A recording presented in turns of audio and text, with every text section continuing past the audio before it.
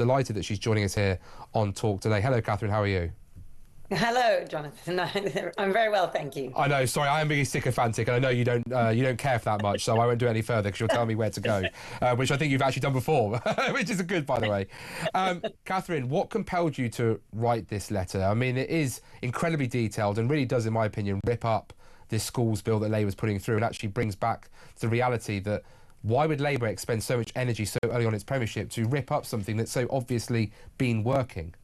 Yes, indeed. So that's been my main concern. Obviously, you are very excited when a new education secretary comes in. You want to see what they're going to do. And I've been watching and rather sort of behind my hands, as it were. And I've been increasingly worried. And in particular, this bill worries me.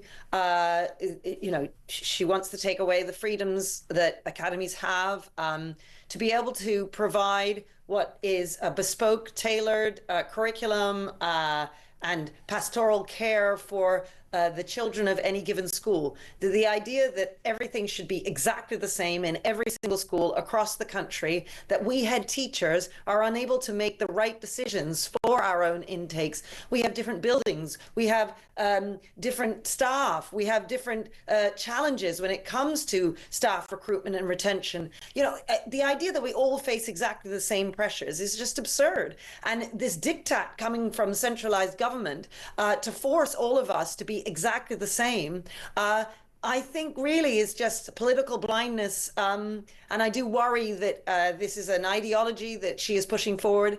She isn't speaking to the top performing schools in the country. And so I very much would like to encourage her to do exactly that and to visit these schools, because I think if she were to do that, she would find that we share a lot in common. We offer a traditional education with a traditional discipline where we expect the very highest of children. And it means that we enable social mobility for our very poorest. And I know that Bridget Phillipson is keen on helping the poor, but what worries me is that all of these reforms will do exactly the opposite of what she intends and actually harm the poor greatly. I think what concerns me here, Katharine, and I think you've pointed out, is the idea, like you say, that one size fits all. And actually, I'll say this to listeners, is that when I visited your school on those two occasions, and once actually when I was elected as a Member of Parliament with a few of my intake, you made it abundantly clear to everyone that I ever saw you with that we're more than welcome to come and look at what you're doing and indeed take some ideas, but it cannot be copy and pasted, and do not presume what you do at Michaela can work anywhere else, like I was at the time in Stoke-on-Trent. And I find it bizarre. I think you wrote something in your letter which I thought was perfect. This sentence alone: what was the problem you are trying to solve? And I think that sentence sums up what on earth is this bill about. I mean, with what's being proposed, what freedoms would be taken away from you, if you don't mind giving some examples in terms of what you would try and do at Michaela, which is, as I say, one of the best performing schools, which Bridget Phillipson seems unable to say well done to? Yes. Well, uniform, for instance, is something that really concerns me. Not allowing schools to have various items of branded uniform. And I realize that she will be thinking, well, branded pieces of uniform cost more, and they do. But there's a reason why schools have this. The England football team, when it goes out on the pitch, they all wear the same shirts so that they can see each other when they're passing far down the field. Similarly, when your children are getting on the buses far down the road, their backs are on their bag. You want to be able to see that it's one of your children, and then that they're safely getting on the bus, and that if they're being hassled by people and so on, you need to look after them. There's a reason why we all wear the same blazer, so that we're all part of the same team.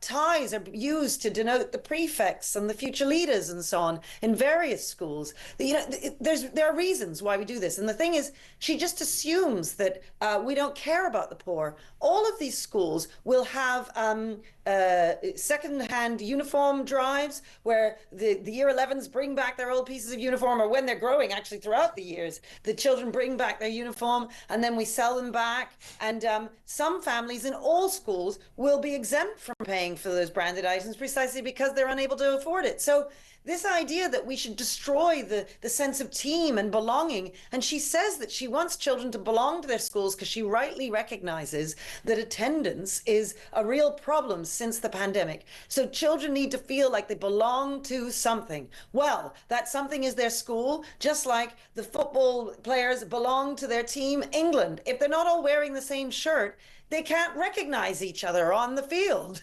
It's the same thing in a school. And so I just feel like some of these decisions are being made with little understanding of what a school would need. And I get that. She's not a teacher. She's not a school leader, which is why it's so important that she should be speaking to us. I've now obviously invited her to Michaela, and I'm hoping that she will come. There are other top schools that I have suggested that she could also visit and see some of the things that we have in common. We will have much that will be different because we will have different intakes and different buildings and different challenges and so on. But there will also be threads that we have in common, and that she should see what those are. And because at the moment, I really do think she's making an enemy of the good, you know, of what is working, and trying to change things that are not broken. She, for instance, stopped this wonderful Latin grant. These children, and I say this as a head teacher who is not offering Latin to our pupils. So it's not that I'm so bent on Latin. But the fact is that there are schools across the country in very deprived areas offering now, because they've got this grant, giving poor children the chance to compete with the boys at Eton who are learning Latin. And in the middle of the year, just before their GCSE exams, she's pulled the money.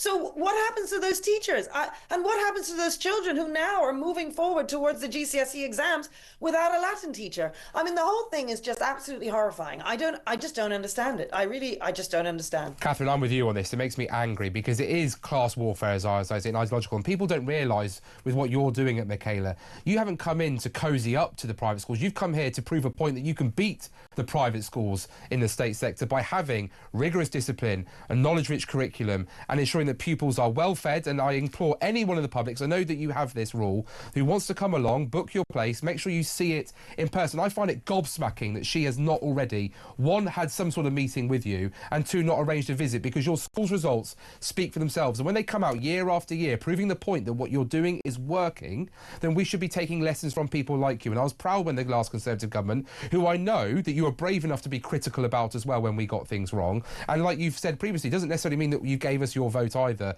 in previous elections, but you were happy enough to say when we were doing things right as much as we were doing things wrong. And the reason we championed you was not to just cosy up to you, is because genuinely what you were doing was actually making a difference in a deprived part of a London community. And if we have that, things like that achieved in Stoke, I'm livid, for example, with the pay changes that are going to come in. In Stoke-on-Trent, it's so hard to recruit some of the best English, maths and science teachers. And now we're taking away from the schools to be able to pay that extra bit of money to recruit the best from London or the South East, where there are probably more opportunities and increased pay salaries on the current fixed national pay scale that we have. Would you agree?